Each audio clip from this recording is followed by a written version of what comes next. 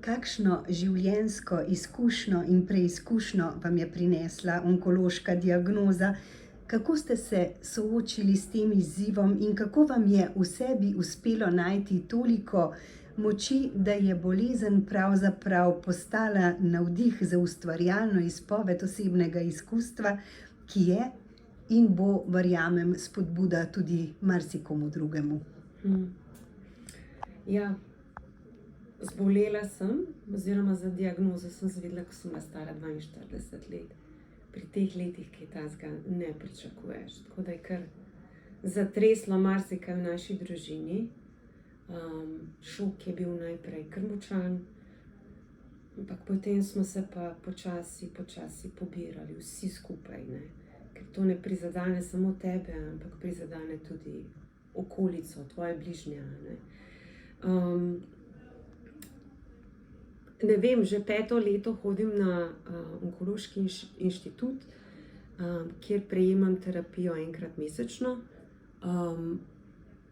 Zbolela sem, kot sem rekla, pri 42 za rakom na debelem črevesju, ki je bilo že razširjeno.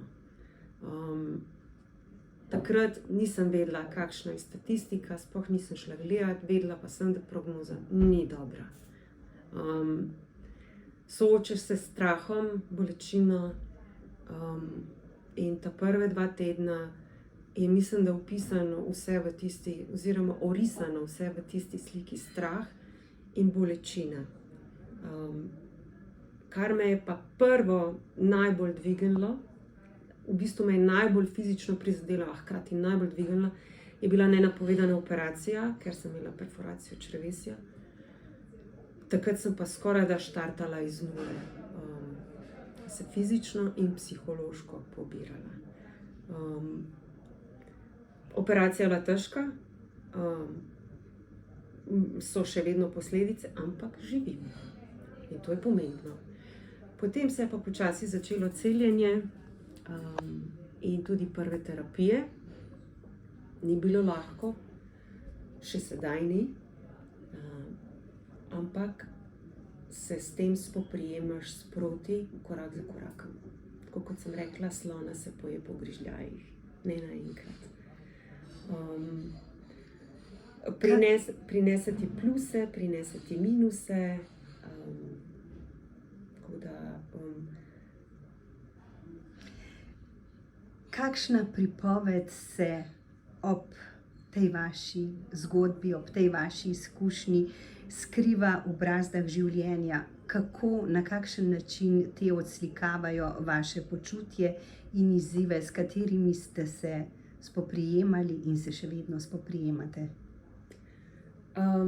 Razstava in celotna zgodba je zasnovana tako, da v bistvu bi se lahko s tem poisvetil skorajda vsak človek. Skorajda po mojem ni človeka, ko ne bi imel kakšen problem, lahko je tudi samo žulj na nogi, ampak je tvoj problem za tisti dan. In te boli, ne. Vsi se srečujemo z nekimi preprekami, ker ko živiš neko normalno, srečno življenje, takrat sem se imela za srečno, vse je bilo stabilizirano, hčera je bila, družina je bila, vse je bilo okej. Te nekaj takega dobesedno v srce zabode, a ne. In preživiš, ker moraš preživeti. Ne da bi se zavestno, ampak se mi zdi, da se podzavestno tako bojuješ, in si želiš še od življenja, a hkrati, sliši se klišejsko, začneš take lepe drobnarije ceniti. Take luštne male stvari, kot je bil recimo danes sončen dan, ko se je pokazal po nekaj dneh. Kot je bilo recimo videti neznane obraze, ki jih prej nisem sploh videla in spoznala. Čudovito je bilo, ker pač vem, da so bili namenjeni in bili voljni prisluhniti moji zgodbi, ne. Hkrati hočem povedati, da res je pač so padci, so vzponi, na nas je, kako se bomo s tem spoprijeli. In lahko so res težki trenutki, težko je broditi takrat v tistem blatu in simbolično, ne, v tistem slabem času. Ampak greš korak za korakom in nič ni večno. Vedno se potem nekaj naredi, novo okno se ti odpre, vidiš, da tukaj pa ni tako slabo, saj se da, živimo v dobrem času. Tudi medicina je napredovala zelo, zelo veliko, ne? In sem vesela, da živim lahko tako in to tudi prepoznam. Kako pa bi danes ocenili potek diagnostične poti, vse od postavitve diagnoze dalje? Kateri so bili morda največji izzivi po končanem zdravljenju in rehabilitaciji, pri vračanju v običajni vsakdan, in kje ste našli največjo podporo in oporo? Prvo, kar bi izpostavila, je najprej ta mit, ko slišiš onkološki bolnik.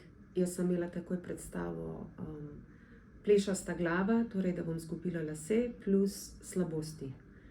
Ampak lahko povem, da stvari so zelo, zelo individualne. Vsaka diagnoza je totalno individualna in se k temu tudi individualno pristopi iz področja zdravstva. Zaradi tega bi tudi omenila, da niso si vsi onkološki bolniki enaki, in tudi ne izgledamo vsi kot tipični onkološki bolniki, ne. Tudi to je bila ena moja namena, da prikažem, tudi onkološki bolniki lahko živimo normalno življenje, se imamo fajn, se kopamo, živimo čisto običajno življenje, tako kot ostali. Fajn je, da imaš, super je, da imaš pomoč, podporo v družini oziroma tvojih bližnjih. To je zelo pomembno. In če jo imaš, super. Hkrati pa, da ti gledaš na svet, kje bi se lahko sam oprl in tudi, da vidiš lepe stvari, ker potem je korak lažji. Še vedno sem onkološki bolnik in še vedno bom. Še vedno hodim na terapije, ki so malce drugačne, ampak še vedno me podrajo za nekaj časa, še vedno mi je malce slabo po njih, ampak to je že 5. leto. In živim normalno življenje. S tem se soočiš, s tem se spoprimaš, to je tvoj normalen dan, oziroma to so tvoji normalni dnevi v življenju. Najslabše bi mi bilo, da bi pač jaz jamrala in govorila, kaj ni bilo okej, kaj mi ni okej. Se včasih moraš padati pa se zjokati, ker tudi to je pomembno in tudi to je potrebno. Ampak potem se pobrati, če imaš možnost, se mogoče pomeniti, si obrisati solze, pogledati naokrog, kaj pa zdaj, kam lahko grem, kaj lahko dosežem, kaj lahko vidim, kje še nisem bil, simbolično.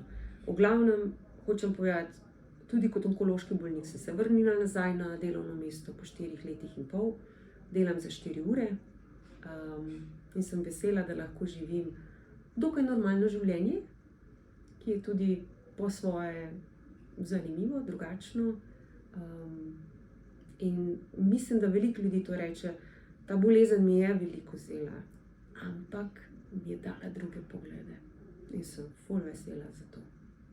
In ti so nemalokrat neprecenljivi. Tako. In pomagajo na poti do zmage, kaj ne? Ja, mislim, zmaga, bom rekla, jaz ne vidim, meni se zdi, da zmaga je ta pot.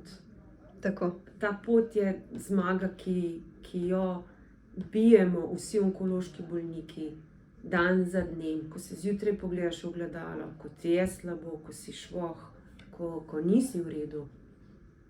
Ampak je zmaga, ker si vstal, pogledal si se v ogledalo, si se oblekel, to so male zmage, ampak so zelo pomembne, res so pomembne. Morda samo še to. Kakšen pa je, glede na to, da ste vendarle le še vpeti v pomoč zdravstvenega sistema, v redno obiskovanje inštituta, kakšen je vaš pogled na stavko zdravnikov, ki zdaj traja že 8. teden? Kako jo občutite, če jo občutite, kako jo sprejemate? Kajti vemo, da številnim bolnikom vendarle povzroča kar resne stiske. Tegobe, ja.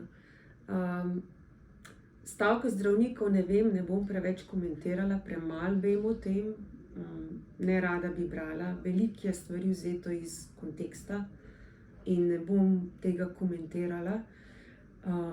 Jaz pa lahko samo rečem mojo osebno izkušnjo in moje mnenje. Na Onkološkem inštitutu sem bila vedno obravnavana brez kakršnih koli problemov. Vsaj jaz se ne zavedam, da stavka obstaja kot onkološki bolnik. Tudi ko je bilo korona, ko je bilo marsikaj zaprto, ko so telefoni baje tudi pri drugih zdravnikih zvonili v prazno, stvari so potekale normalno v nekih okvirih, ne. Tako da jaz kot onkološki bolnik lahko samo rečem in sem vesela, da stvari tečejo nemoteno zame in upam, da tudi za druge onkološke bolnike.